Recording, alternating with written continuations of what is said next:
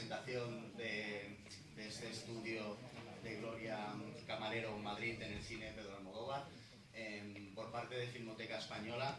Pues para nosotros la verdad es que es un placer, una satisfacción poder ofrecernos como anfitriones de la presentación de esta estupenda publicación. Bueno, pues por varios motivos. Como sabéis, este año se dedicó una retrospectiva completa al cine de Pedro Almodóvar durante el mes de marzo. Una retrospectiva, la verdad es que tuvo bueno, pues un efecto en la población, en la ciudadanía y en el espectador. Ha sido el Doré bueno, pues muy importante. La verdad es que fue una retrospectiva muy seguida por nuestros espectadores, donde se pudieron ver pues todas las películas de Pedro Almodóvar, y la mayoría de ellas en copias bueno, pues recientemente restauradas, ¿no? Y además también esta retrospectiva del cine de Almodóvar se acompañó de una carta blanca, y la verdad es que fue un mes bastante histórico, ¿no? Para el cine Doré y para la Filmoteca Española. Por lo tanto, cuando Gloria nos propuso presentar aquí su publicación, pues no había duda al respecto, ¿no? También por el hecho de que, bueno, en Filmoteca Española cualquier investigación nueva que se añada a la historiografía del cine español, que sea una investigación solvente, bien es investigación de calidad, como es el caso, pues tiene las puertas abiertas, ¿no? En ese sentido. Y el cine de Pedro Almodóvar, desde luego, es muy importante para nosotros y para la Filmoteca Española. Como veis, bueno, pues somos una mesa bastante populosa. Vamos a intervenir un poquito, cada uno de los aquí presentes, que los voy a ir presentando. A mi izquierda tenemos con nosotros a Álvaro Bahamonde, catedrático de Historia Contemporánea, Ángel Bahamonde Magro, catedrático de Historia Contemporánea en la Universidad Carlos III de Madrid. A su lado la autora del libro, Gloria Camarero Gómez, que es profesora titular de Historia del Arte, también en la Universidad Carlos III de Madrid. Más allá, Agustín Almodóvar, productor y fundador del Deseo. Y también tenemos con nosotros a Jesús Espino, editor de la editorial ACAL, bueno, que ha editado esta publicación.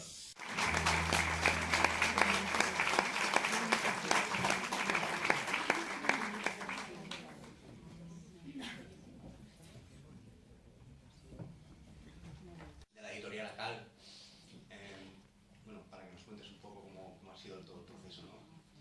Vale, muchas gracias, Carlos. En primer lugar, dar las gracias a la Filmoteca por acogernos hoy aquí para presentar este libro. Dar las gracias al profesor Bahamonde, dar las gracias a Agustín y dar las gracias a la autora Gloria. A Gloria por haber escrito el libro y por haber confiado en nosotros, como tantas veces. Es cierto que con Gloria, pues, somos algo más que una relación profesional, hay una relación de amistad, pero también es cierto que si el libro no fuese bueno, no había amistad que valga. Me hubiese dado igual. Ya me hubiese buscado algún subterfugio en trato con otros autores. Poco más puedo decir, es decir, creo que lo que puedan decir el profesor Bahamonde o Agustín o tú misma va a ser muchísimo más interesante y mucho más decisivo de lo que yo pueda decir. Y simplemente, de nuevo, muchas gracias por habernos ofrecido el libro, por haberlo llevado a la conclusión, y espero que estés feliz, como sé que estás hoy, presentándolo en la Filmoteca. Como siempre digo, la bozarrona llega, ¿verdad? No hay ningún problema. Bien. Recuerden que casi siempre digo, yo soy un tío muy feo, pero si me salva algo es la voz, que al fin y al cabo llega, y llega muy lejos. Bueno, pues yo no soy el editor del libro en absoluto, pero claro, yo soy compañero de Gloria en el Departamento de Humanidades de la Universidad Carlos III. Llevamos muchos años juntos y me gustaría hablar un poco de Gloria. Claro, Gloria no ha llegado a este libro únicamente porque sea una fervorosa, que también lo es, amante de las películas de Almodóvar. Es que, como bien saben ustedes, muchos de ustedes lo saben porque la han tenido de profesora, ella es profesora titular de Historia del Arte. Claro, digamos que el mundo de la estética apenas tiene secretos para ella. Y más en concreto, a lo largo de su vida, ella ha cultivado varias especialidades. Y una de ellas, en la que se lleva situando hace bastante tiempo, es precisamente las ciudades y el cine. En general, la historia del cine. pero últimamente creo que ha dado a la prensa, y concretamente a Cal, algún trabajo de suma importancia, bien como autora, bien como editora. Yo no he podido evitar el traer, se ha sorprendido de que lo trajera, claro está, porque es un libro que yo lo he trabajado suficientemente. Es Las ciudades europeas en el cine.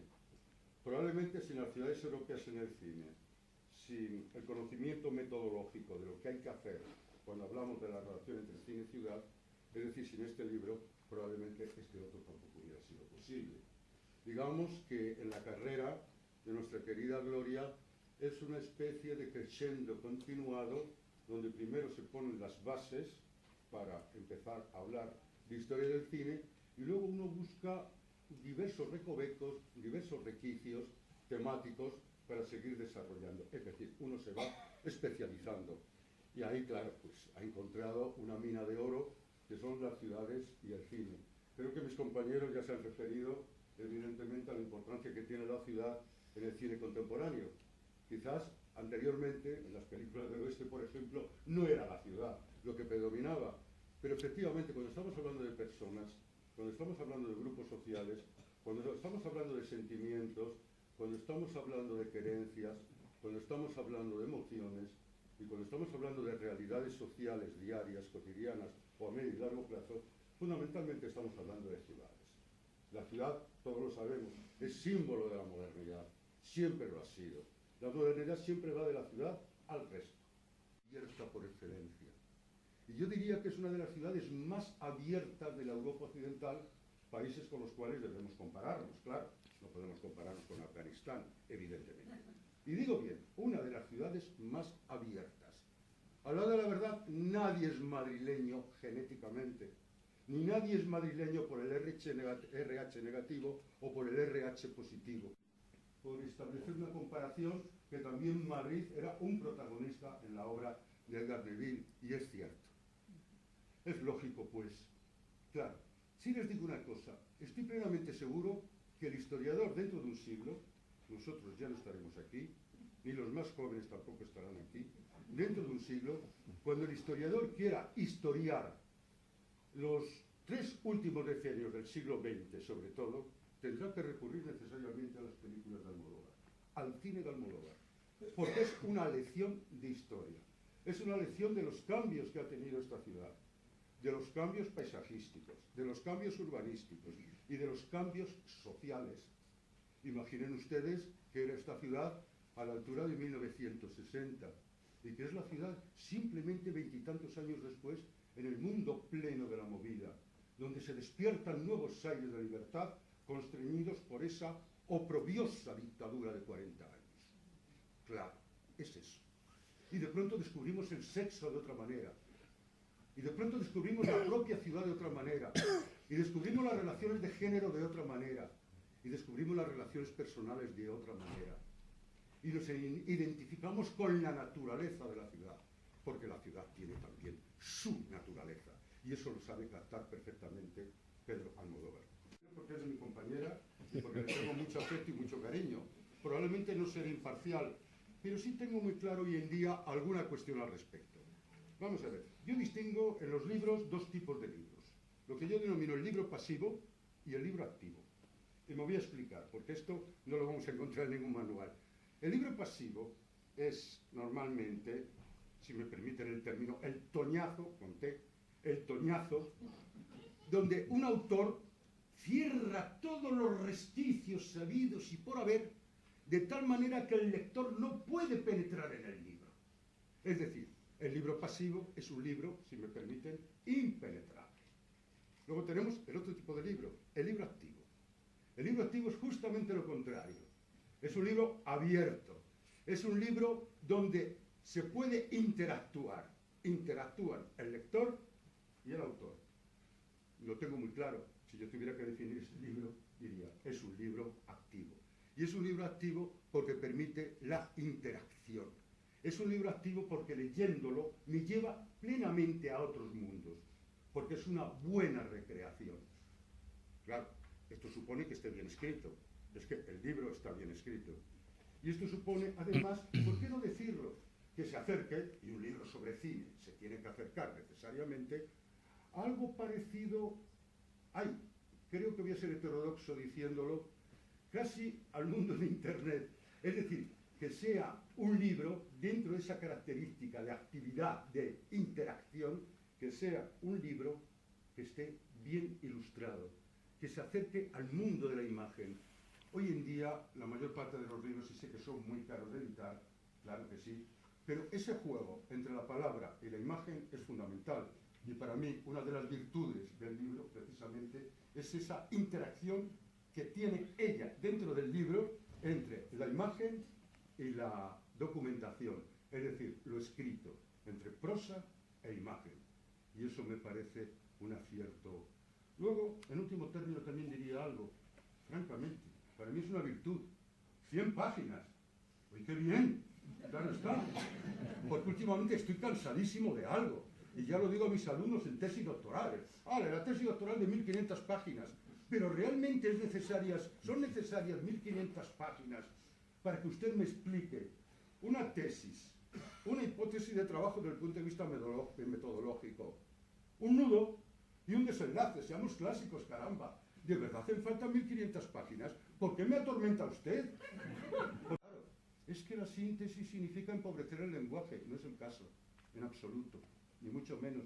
A veces se empobrece el lenguaje por extensión, porque se llega a barroquismos inútiles que no son precisos en absoluto para demostrar o para llevar al lector el artículo que tú quieres transmitir, el mensaje que tú quieres transmitir, el discurso, la narración y el relato que tú quieres hacer público.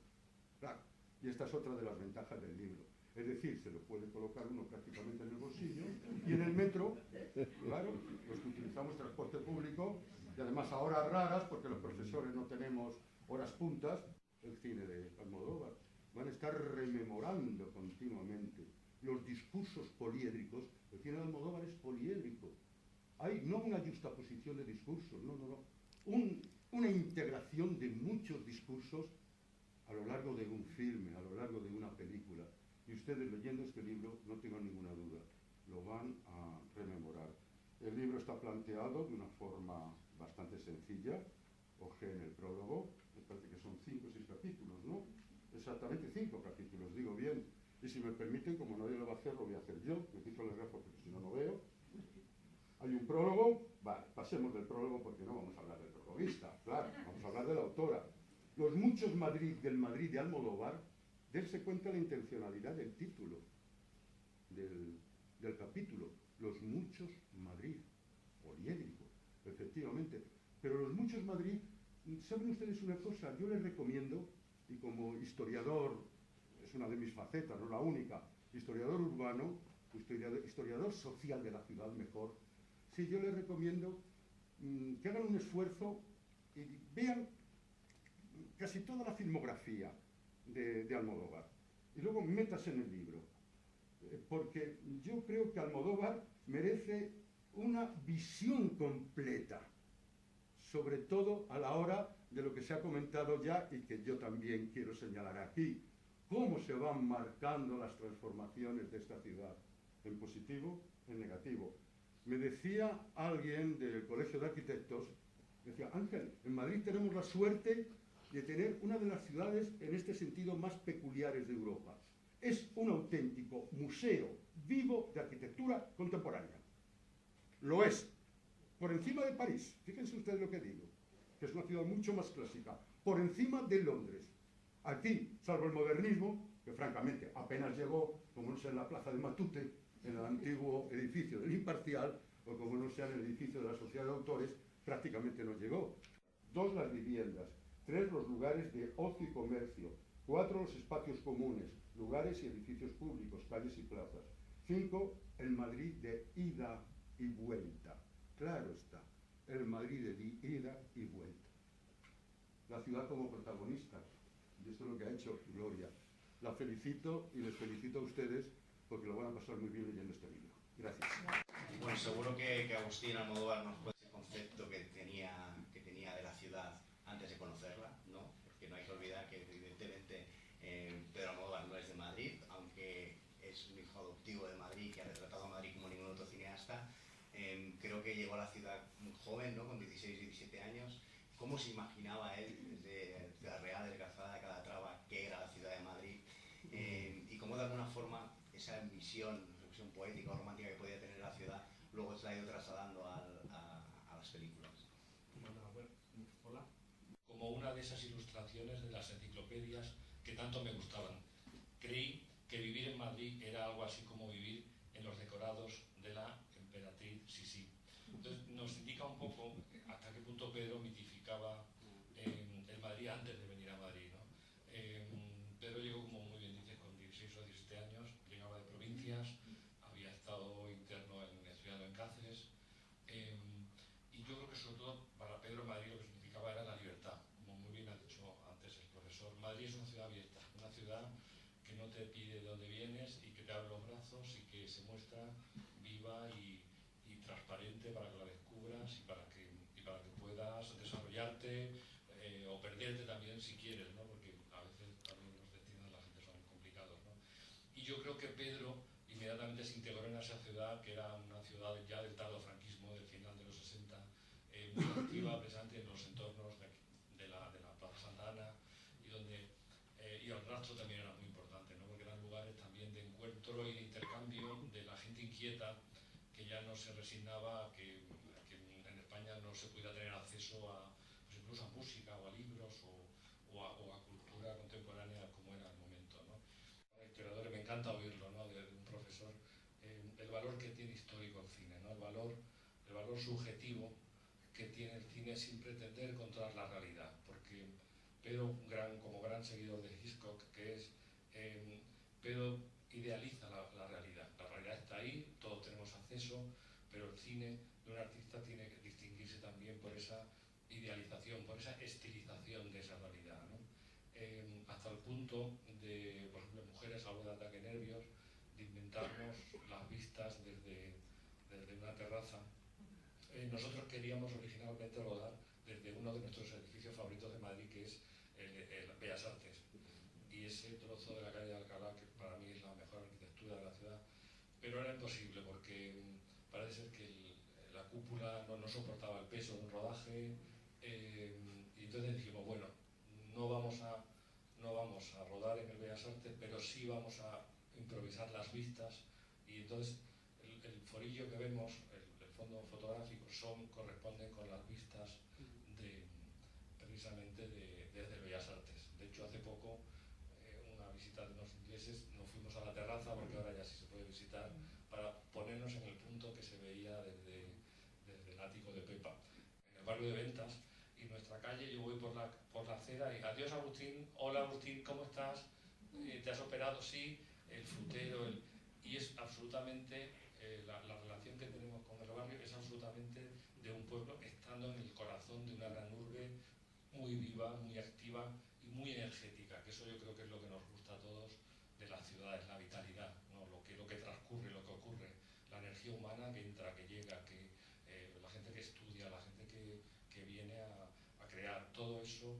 Entonces lo que quería contar era, en Volver, yo descubrí el pequeño Caribe en Madrid, que está en el barrio de Tetuán, justo entre Cuatro Caminos y la Plaza Castilla. A mano izquierda hay varias calles que le llaman el pequeño Caribe. Marqués de Viana. Marqués de Viana, exacto, sí. Ahí descubrimos una especie de corrala insólita, porque era un antiguo colegio que la dueña, la benefactora en su día, lo donó y se convirtió en viviendas.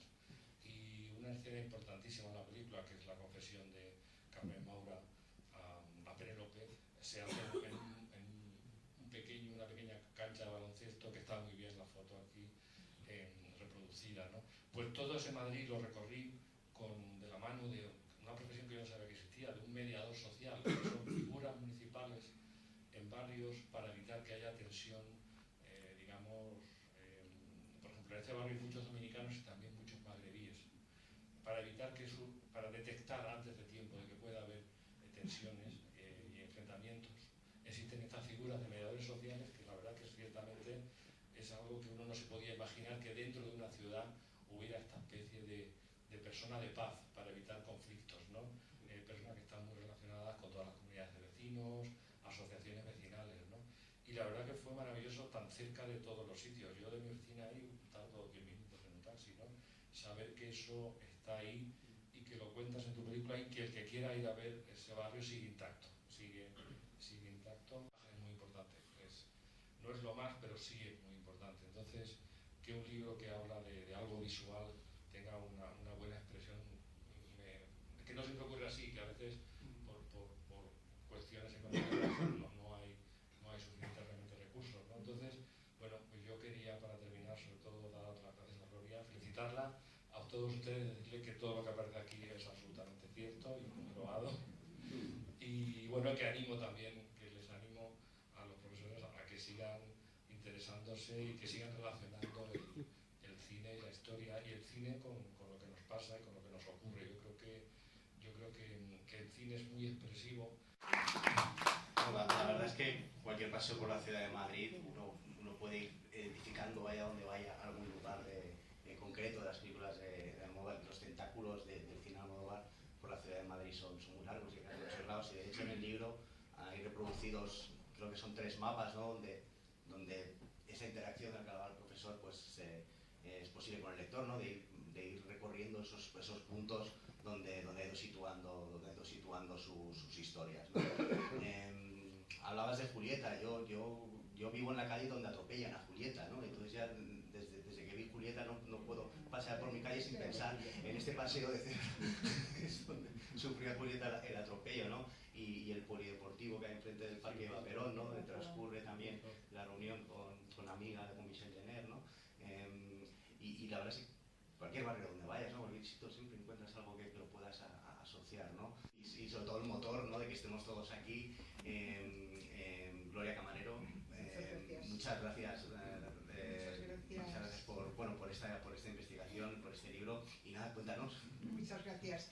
Yo se oye, ¿verdad? En primer lugar, y como no puede ser de otra manera, lo que quiero es agradecer a todos los presentes, agradecer primero a Carlos Niego, que es el director adjunto de la Filmoteca, el que nos haya acogido aquí para la presentación de este libro. Yo siempre vi claro que tenía que presentarse en la Filmoteca por 2 razones. Una, porque acaban de hacer la gran muestra, la gran proyección de todas sus películas antológicas, que la verdad es que ha sido fantástica y tenía que ser aquí. Y en segundo lugar, porque es una de las localizaciones de película de Pedro. Benigno, en Hablé con ella, viene a ver la película fantástica El amante menguante en El Doré. Entonces yo creía que el espacio natural para la presentación de este libro era la Filmoteca, y realmente Carlos nos lo ha puesto muy fácil. Por supuesto, agradecer a Jesús Espino, subdirector de edición de la editorial ACAL, que esté aquí, su presencia y sus palabras. La verdad es que yo valoro muchísimo su rigor como editor, valoro mucho sus críticas, que me caen con mucha frecuencia, pero las valoro mucho, y valoro mucho su amistad. Yo creo que después de muchos años de trabajar juntos, pues hemos llegado a una amistad entrañable y se lo agradezco. ¿Qué decir de mi compañero y amigo Ángel Bamonde, que siempre he contado con su apoyo y he podido contar con el privilegio de que nos acompañe hoy también?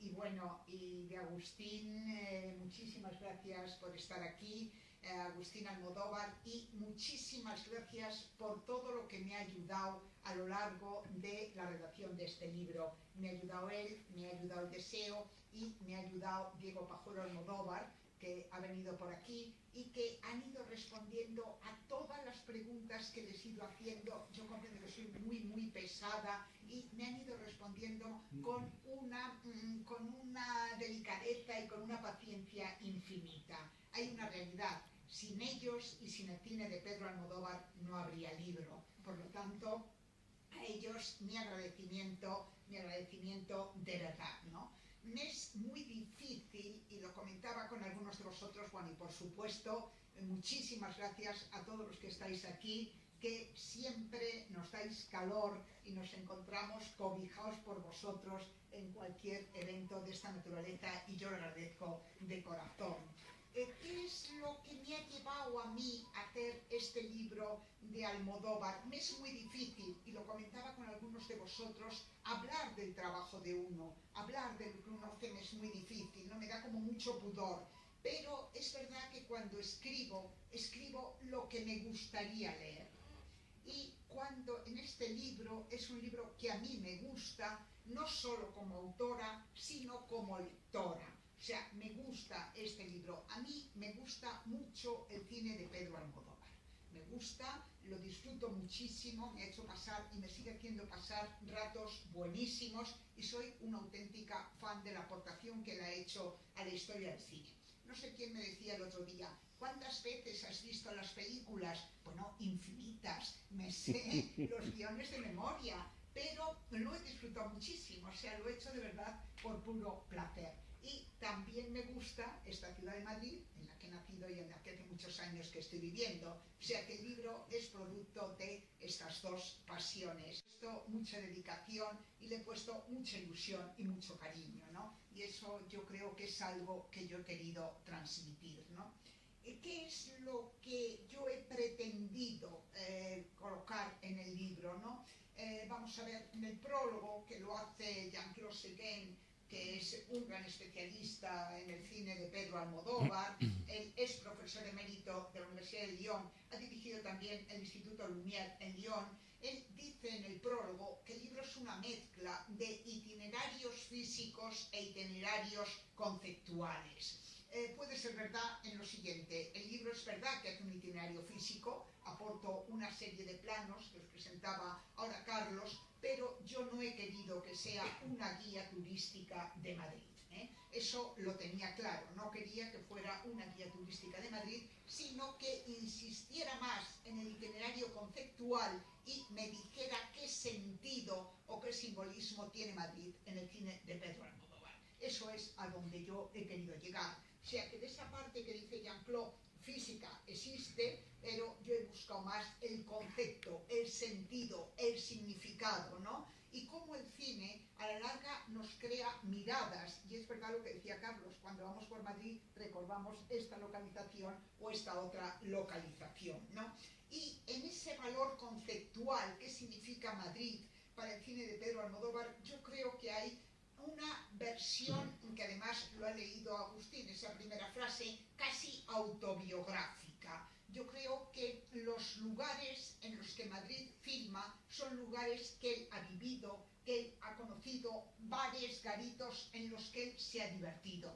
El primer contacto que tuve yo con este hipotético libro hará como 9 o 10 años, el primer año que viniste al máster, hablando, yo no tenía todavía la idea de hacer nada así, hablando con Agustín, él me contó una anécdota que tú no te puedes acordar, y es que no te acordarás, que es que cuando vienes tú a Madrid, tú, a estudiar químicas, ibas lógicamente a casi todos los sitios con tu hermano, ¿no? Y que uno de los sitios donde ibais mucho era la casa de Iván Zulueta, que vivía en el edificio España. Me acuerdo que me dijiste, no sé si era planta 12 o 14, Iván Zulueta, en el edificio España, que aquí lógicamente, pues claro que yo te atraía mucho todo ese mundo de la movida, y a Pedro también, que le gustaba el ambiente de la movida en esa casa de Iván Zulueta. Pues eso es memoria. Y Pedro, por ejemplo, el decorador de Atamé, vive en el edificio España, y el León riega las plantas de la terraza del edificio España con unas vistas parecidas a las que recordaba él, lo que contaba él.